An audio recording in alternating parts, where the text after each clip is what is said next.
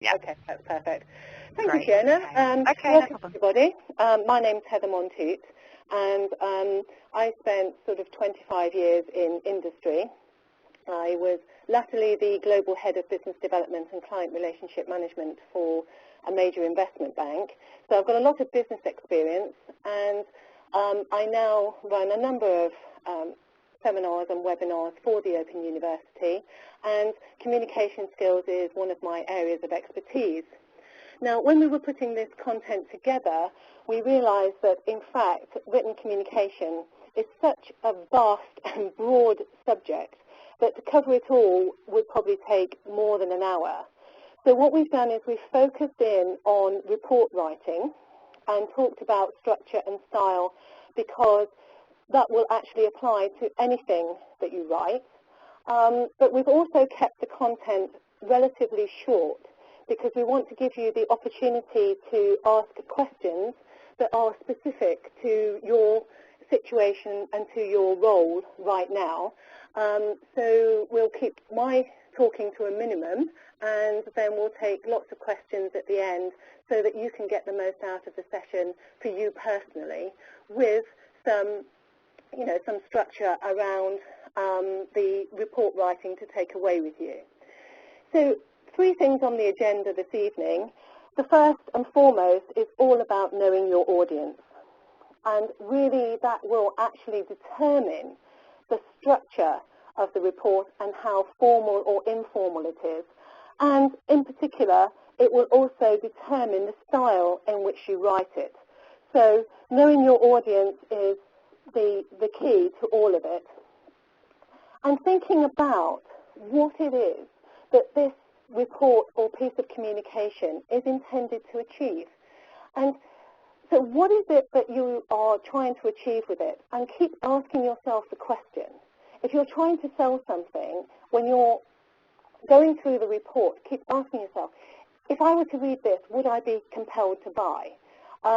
If I were to read this, would I be convinced? If I were to read this, would I have all of the information that I need?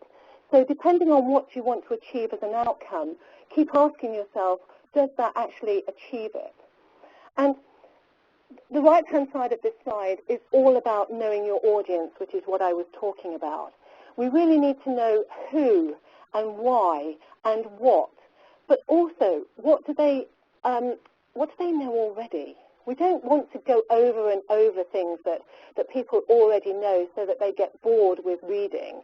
But so we need to actually make a statement about where we're starting and then where we're going to.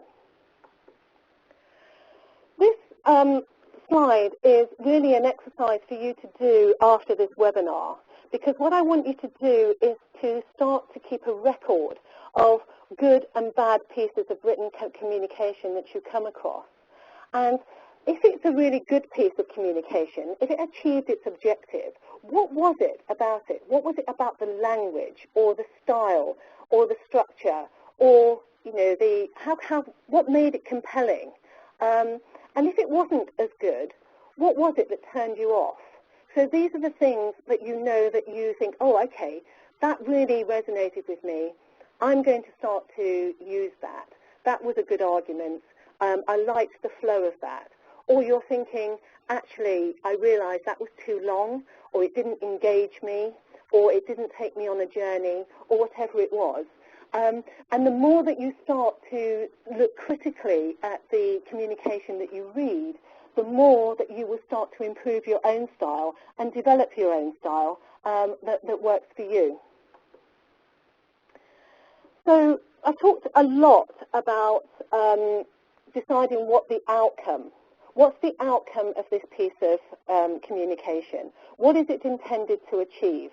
And that's what we need to keep asking ourselves throughout the whole of the report, and certainly at the end when we read it through. And otherwise, what happens is that we tend to just go off at tangents, or people get lost in the body of the report and not really sure where it's taking us. So each piece of information that we put in there needs to add value to what we're going to conclude from it, and what we're going to set as a recommendation going forward. Writing the introduction is the very first thing that you're going to do. And the introduction has to be really engaging for the audience. The introduction, it's almost like a trailer for a movie, in that it's got to really grab the attention of the reader and make them really want to read through whatever it is that you've written. So I tend to, when I'm writing my introduction, I tend to tantalize a little bit and to sort of really put in some teasers in there around what I'm going to conclude, particularly if my conclusions are bold and perhaps controversial. Then I might want to put in a little teaser in the introduction so that people are intrigued in order to read through the rest of the document. But whatever, the introduction really needs to sell your piece of communication, to actually inspire the reader to continue to work through it. We then, once the introduction is done, we then get into structuring the message. And when we're structuring a message, we will actually put the report in this order. But this is not the order in which it's written. The exec summary goes first, and the exec summary needs to be ideally on 1 page, but maximum of 2. And really picking out the key points that the report's making. Second to that will come the content, so that the reader can find the various areas of the report very easily. And it also helps if you tab where the actual contents will be. So not just put the page number, but actually tab it. The introduction, as we mentioned, then comes the main body. And the main body, again, needs to follow a logical sequence, moving towards the conclusion and the recommendations. Finally, at the back, you'll put any sources of information that you need to reference as to where you've got particular data or quotes or where you've actually used somebody else's material. And then finally come the appendices. And I really recommend that you keep the report as short as possible and put as much detail in the appendices so that people can actually refer and find the detail if they want. Again, it's about knowing your audience. I'm very much a headliner, so I tend to read and get the gist of something and form a view on it, and then only if I'm really intrigued or I'm confused or I'm surprised do I actually go through and read all of the detail. So if the detail's in a separate place, then I can go and look at that if I wish, but it's not compulsory. I don't have to wade through reams of material in order to actually sort of get the gist of the message. So I said that that's not the order in which they're written. So the order in which we write is the introduction first, as I mentioned. Then any of the sources, research sources that you would want to put in, you would just write those as you go along. The main body of the report would come next, leading us into conclusions followed by recommendations. Then once you've got all of that, you would then pick out the key pieces to put in your exec summary. And as I said, the exec summary should have a compelling introduction and the key points of the main body of the report and the key points of the conclusions and the recommendations as to what you think the next step should be. That should really be, a taster so that, whoever's reading it, if they agree with your conclusions and recommendations, that might be all they read. But the rest of the information has to be there just in case they want to check your sources or actually just look for evidence of your conclusions. When it comes to what an executive will read, if you're writing a report for an executive in an organisation, they will always read the summary, and they'll nearly always read the recommendations. But like I said, like me when I was in business, they only tend to read the rest of the report if they're surprised or they're particularly interested in the research, or if they don't necessarily agree, or they want to actually, or they've got to sell it on elsewhere and they need more detail in order to perhaps sell it at board level or whatever. So, coming to form the message, this is the kind of exercise, the type of exercise that I would go through. I would put together some kind of a mind map or get things on a whiteboard. My particular favourite is the Post-it note, simply because it's just so flexible. So I tend to write ideas and topics that need to be covered in the report, pieces of evidence or main key points that I want to raise and to make sure that it's included. And I just brainstorm them. And I just put them all out on separate Post-it notes, either over my desk or on a whiteboard as it is there, or on the floor, whatever. But then you can actually move the Post-its around to actually just structure them in the most logical format, and then look at it again and perhaps regroup them or whatever. It is the most flexible way of putting it together and then sort of, just common sense testing it to see, yes, is that a logical journey? My introduction starts, from the beginning, and am I then taking them on a journey logically and sequentially through to my conclusion? And the conclusions, as I said, need to that nothing new can come out here. Really, you're just kind of building up to this, and all you're doing then is just listing the conclusions, which in fact are contained in the main body of the report.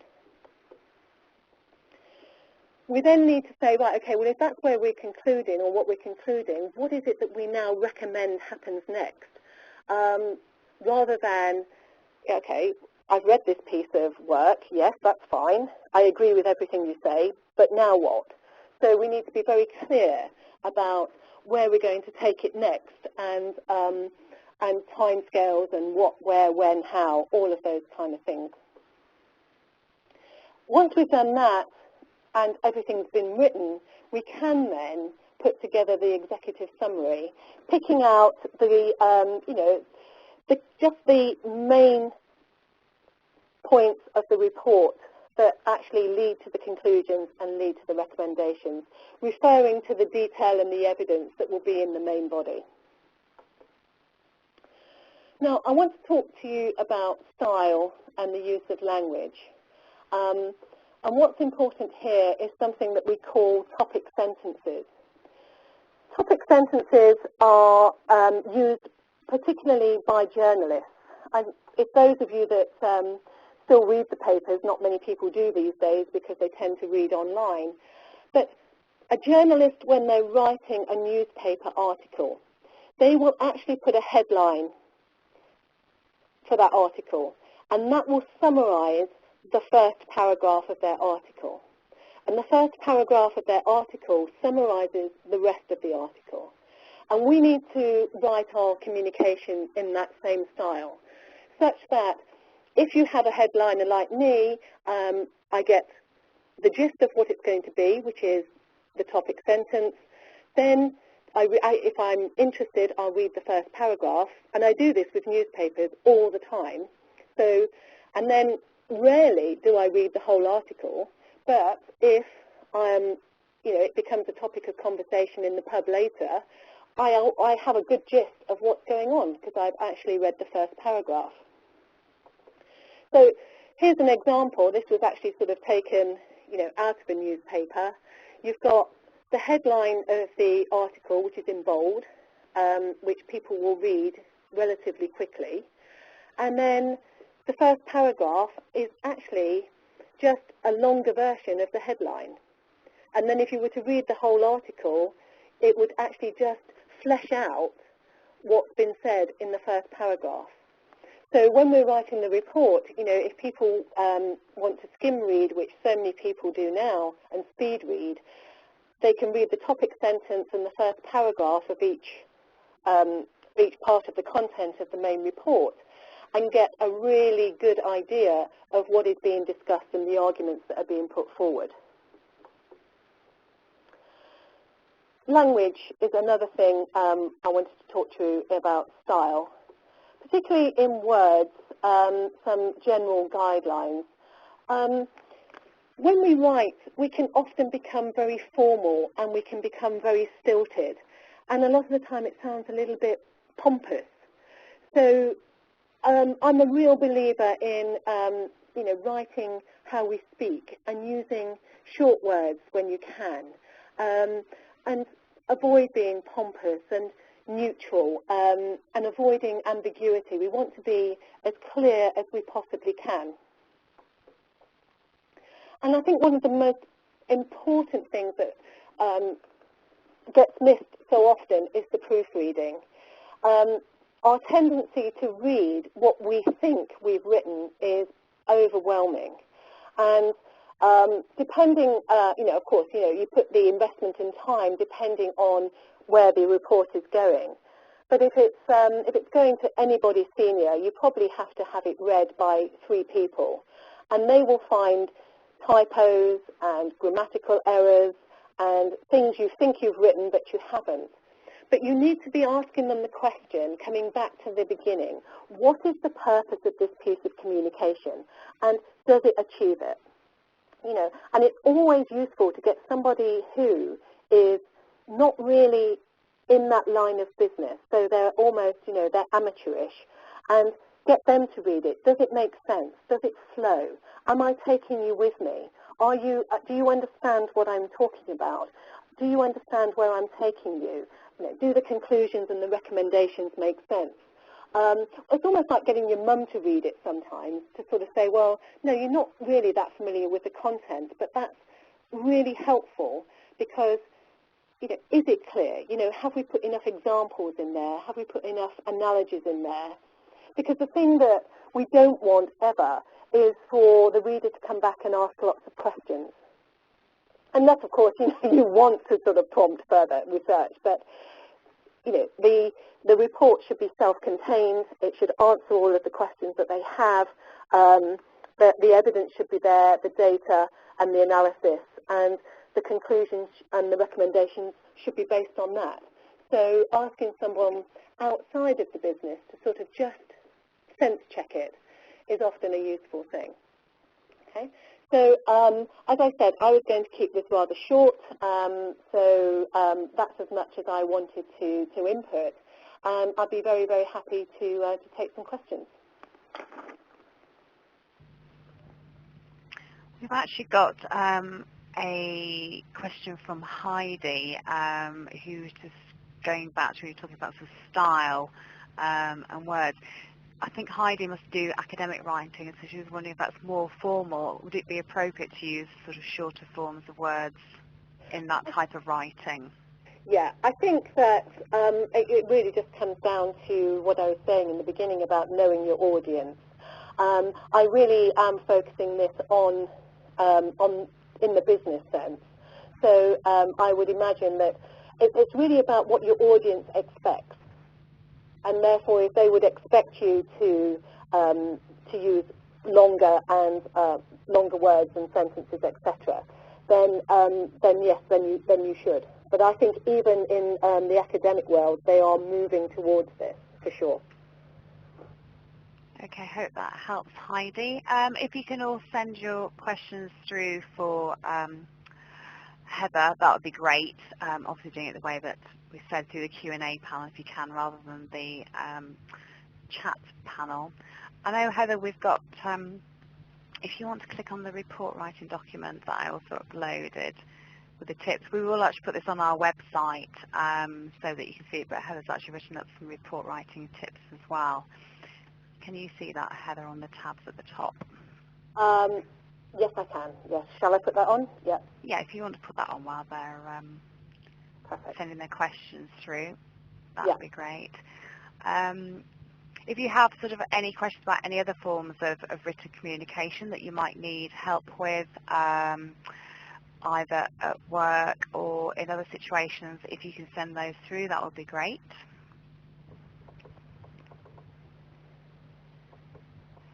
We'll just wait for those to come through.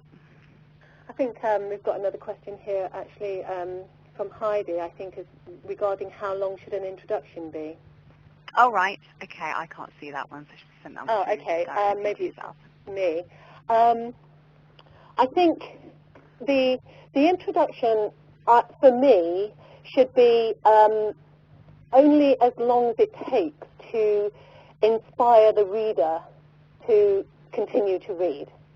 It's really a sort of a grabbing kind of, so, you know, I wouldn't say, oh, it should only be 100 words. I think it's dependent on how long the report is. But I think we try and keep everything as short as we can, but is the introduction compelling? So for me, an introduction would need to talk about what it is that the piece of communication is about. As I said, I would probably want to throw a couple of tantalizing things in there to make them intrigued about what they're going to read, because I want to inspire them to read it. But once I've grabbed their attention, that's it. Then I get into the main body. So I can't really put a number of words on it. Just try and keep it as short, but when you read it, am I inspired to actually get into the main body and really get to grips with what this piece of information is about? Okay, can you see the rest, actually? I didn't realise some of them are coming through on the chat panel. There's another question from Andrew. Can you see that one as well? Heather, underneath Heidi's. No, I can't see that one, actually. Okay. Andrew sent a question through regarding infographics. They're saying infographics are increasingly being used. Could these replace sections in reports or provide an overview? Well, I guess I guess I'm not really sure what he means by infographics. Do you know, Fiona? To a point. Andrew, do you want to just send something through just to clarify what you actually mean, and then obviously Heather can actually answer that. If we just move on to the next one, then we can come back to Andrew. We've got a question from Ursula asking, how would you translate your top tips into the area of copywriting, sort of, for example, web content? I think I would translate it regarding the introduction for me would be it would be almost like the home page. So what is it that really grabs me, first of all, and what, you know, a key sentence or phrase that actually just captures and engages me and makes me want to explore the web content and the website further. So that would be my translation. And, you know, everything about knowing your audience, you know, who's your market, who are you trying to attract, what do you think their issues are going to be, why would they be searching for this particular website? So that's kind of what you want to capture in the introduction to the web, which is, you know, that they've got an issue or there's a piece of information they're looking for, and they suddenly land on your site. What is it that inspires them and keeps them there? And that is really thinking about who's going to be looking for it and what are their objectives going to be.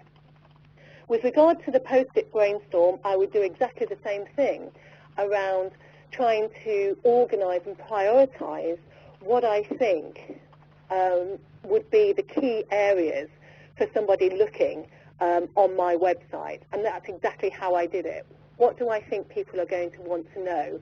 And then writing ideas and writing copy. And again, any tab that I have that then links to another page That's my topic sentence. And then, again, the first paragraph will be a summary of that. And then I go on to talk about the process under which we might achieve that. So that's kind of it. And then I also think about the language and the use of words and layout, of course, and also sending it out to, before it goes out on the web, sending it out to people who I think would be my ideal visitors, to see what would their comments be, if that helps. Okay, hope that helps, Ursula. Andrew's come back just regarding infographics, just to clarify that there's summaries of information in pictorial format, often presenting sort of multiple elements of the story. So would you sort of recommend using those in reports? Well, for me, I think that they are particularly useful in verbal presentations. So if you're giving a slideshow, it's particularly useful to have just a picture and maybe small amounts of text, rather than, because people just read text. So keep your text to a minimum when you're presenting, because you want the person listening to focus either on you or the slide, and they can't do both. It's either 80% on the slide or 80% on you. So I think that is good. But I think always in a report, you need to, or in any communication, you do need to cater for the visual people amongst us, those of us who actually learn information much easier in pictures than we do in words. And so, a graph, for example, can actually can save you 1,000 words. So I think there's definitely a place, but I think the explanation needs to be there as well, because you're not there to present it. Does that make sense? You're not actually there to bring that picture to life. So you can put the picture in, and the visuals amongst us will get it immediately, but the more auditory amongst us will need an explanation still. Okay, I hope that helps, Andrew. If you want to send any more questions through, everybody, that'd be great. Obviously, we're here till 7. If you've got questions on any particular areas of written communication, or any sort of communication, if that helps, sort of areas that you may have difficulty in within business or any other areas, then just send your questions through. Utilise Heather while she's here. I'm just waiting for some more to come through, Heather. Just while we're waiting, actually, I'm just going to take back the presentation for a minute. Of course. And just to go on to just some details about our next webinar, which is coming up, which is actually an open university one. It's not actually being run by ourselves, which is being held on Thursday the 16th of January at 6 o'clock, and it's a session on how to motivate you and your team. So if you want to book your place on that, obviously get in touch with Janet Barker to book your place. I know they'll obviously send out details on the session nearer the time, just so you can put one in the diary. I'll leave that up for a little bit while we're just waiting for questions to come through. Any more coming through? There's nothing at the moment. I don't know if there's anything else you want to add at this stage, Heather. No, I think another question's come up about whether topic sentences are acceptable in academic writing. Oh, right, okay. Yeah, and I think that's really a question for your particular tutor. I know a number of academics who have adopted topic sentences as a style of writing. Think it's a really excellent idea.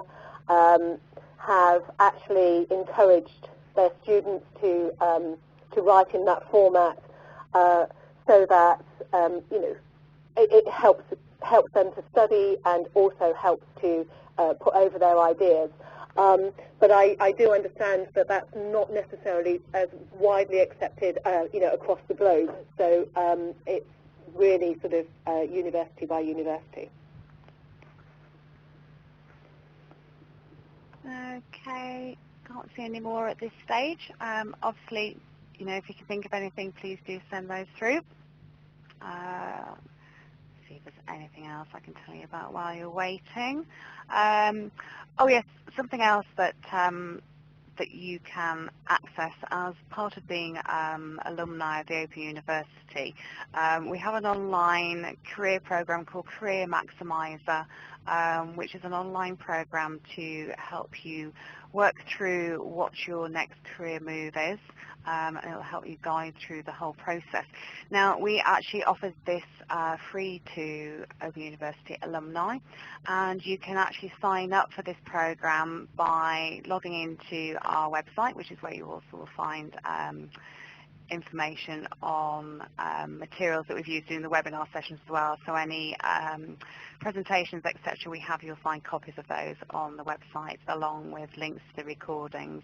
But if you go to thecareerfarm.com and then log in using OUBS, and the password is SBUO, and then you'll see there's a free sign-up form on there, so you can sign up to the Career Maximizer program as well. So just to let you know about that whilst we're waiting for questions to come through. And then also for further career information, we post quite a lot of useful information and blogs, etc., on our Facebook and Twitter accounts, and also our newsletter. So if you haven't signed up for that, you can sign up for that. Okay. I was going to take you back to the webinar information, so you've got that. There's nothing else coming through at the moment, Heather. No? Well, maybe we're all done. Maybe nobody else got anything done? No, very shy, everybody today. If you have any questions, obviously, on communication, do send them through. It'd be a shame to obviously waste the time that we have with Heather today. We wanted to use it more as a Q&A session, so if you have any particular areas that you wanted help with or advice on so that you could use it. So if you can send those through, that would be really good. And obviously, sometimes it benefits other people as well, depending on what your question is. If we give you another couple of minutes to send those through. If not, I think we might actually be done. If you have any questions about anything that obviously has gone through during the session that you want more clarification on, obviously, please send your questions through about that as well. That would be great. And we'll just give you another couple of minutes to do that.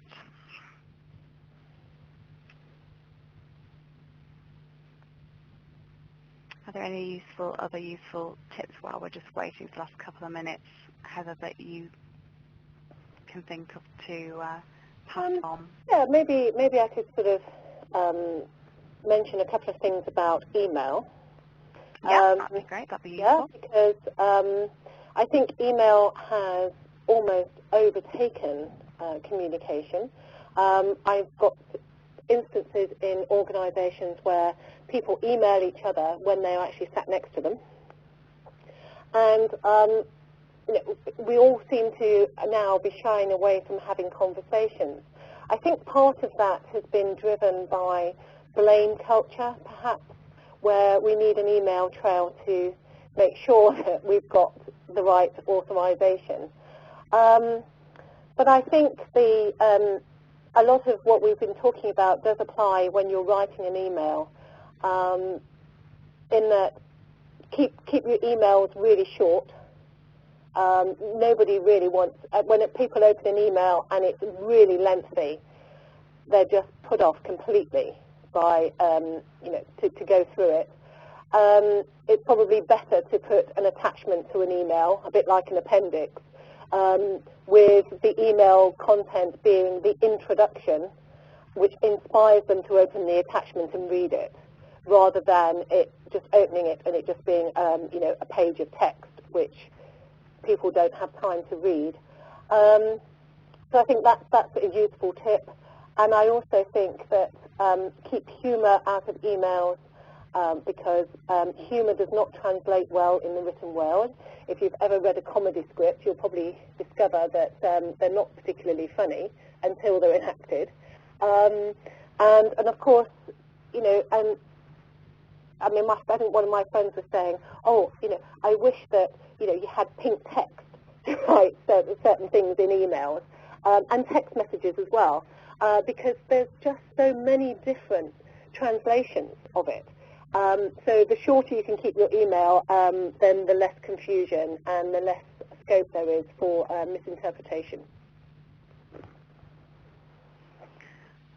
We don't seem to have any more, so unless you've got any other areas you want to talk about, I think that might be it. You're very quiet this week. Yep. Maybe we're coming up to Christmas, but it looks like that's possibly it. So unless anybody's got any last-minute ones that you want to get in now, I think that will be it for the session. So I'd just like to thank Heather. I hope you all sort of found some useful tips on written communication there. We will put a copy of the presentation up on our website.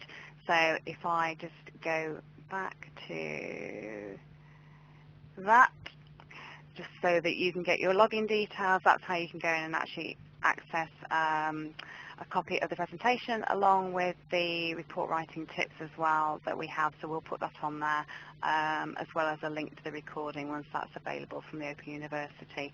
And as I said, please do go in and access the Career Maximizer program as well. I'm sure you'll find it a really useful program as you're moving forward, and you'll have a year's worth of access to that. So thank you very much.